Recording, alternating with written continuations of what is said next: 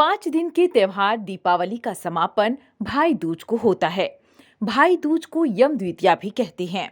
इस दिन यम देवता की पूजा होती है। इस पर्व का उद्देश्य भाई बहन के पावन संबंध की स्थापना करना है। भाई दूज के दिन बहनें रोली एवं अक्षत से अपने भाई का तिलक कर उसके उज्जवल भविष्य की कामना करती हैं। वहीं भाई अपनी बहन को उपहार देता है।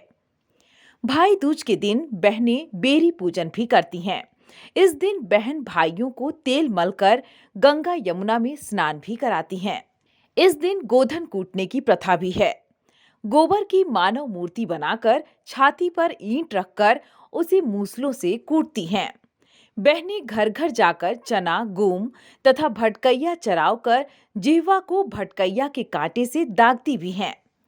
मान्यता है कि भैया दूज के दिन बहनों की गाली भी भाइयों को आशीर्वाद लगती है।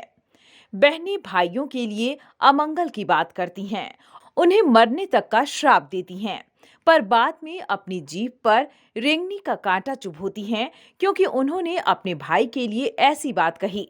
मान्यता है कि इस दिन बहन के घर भोजन करने से भाई की उम्र बढ़ती है।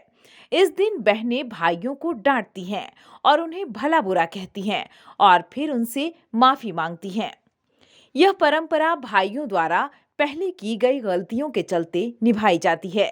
इस रस्म के बाद बहनें भाइयों को तिलक लगाकर उन्हें मिठाई खिलाती हैं। पौराणिक कथा के अनुसार द्वितीया के दिन भगवान श्री कृष्ण नरकासुर राक्षस का वध कर द्वारिका लौटे थे। इस दिन भगवान कृष्ण की बहन सुभद्रा ने फल फूल, मिठाई और दिए जलाकर उनका स्वागत किया था। सुभद्रा ने भगवान श्री कृष्ण के मस्तक पर तिलक लगाकर उनकी दीर्घायु की कामना की थी।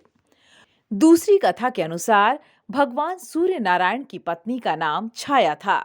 उनसे यमराज व यमुना का जन्म हुआ था। यमुना यमराज से बहुत प्रेम करती थी।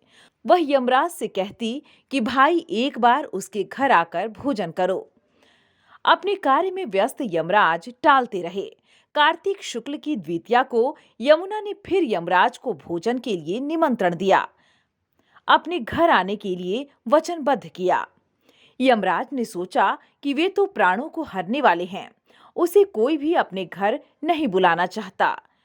बहन जिस सद्भावना से बुला रही है उसका पालन करना धर्म है। बहन के घर आते समय यमराज ने नरक निवास करने वाले जीवों को मुक्त कर दिया। यमराज को अपने घर आया देखकर यमुना की खुशी का ठिकाना नहीं रहा। उसने स्नान कर पूजन के बाद भोजन कराया। यमुना ने कहा कि भाई, आप प्रतिवर्ष इसी दिन मेरे घर आया करो। मेरी तरह जो बहन इस दिन अपने भाई को आदर सत्कार करके टीका करे, उसे तुम्हारा भय न रहे। यमराज तथास्तु कहकर यमुना को अमूल्य उपहार देकर चले गए। इसी दिन से भाई दूज पर्व की परंपरा बनी। ऐसी मान्यता है कि जो आतिथ्य स्वीकार करते हैं उन्हें यम का भय नहीं रहता। न्यूज विंग की ब्यूरो रिपोर्ट। धनबाद के बाद अब गिरिडीह के बरगंडा में खुल गया है आविष्कार डायग्नोस्टिक। यहाँ digital mammography, CT scan, ultrasound, x-ray DR, uroflowmetry, pathology, ECG, TMT, EEG, PFT, NCB आदि की जांच की सुविधा उपलब्ध है। यहाँ योग्य एवं अनुभवी टेक्नीशियंस के द्वारा सभी प्रकार की जांच की जाती है। आपातकालीन सेवा सीटी स्कैन 64 स्लाइस की सुविधा रात में भी उपलब्ध है। हमारे यहाँ 24 घंटे एम्बुलेंस की सुविधा भी उपलब्ध है। हमारा पता गोवर्धन लाल नर्सिंग होम के बगल में होटल कैदी के पास, कोर्ट रोड, बरगंडा, गिरिडीह।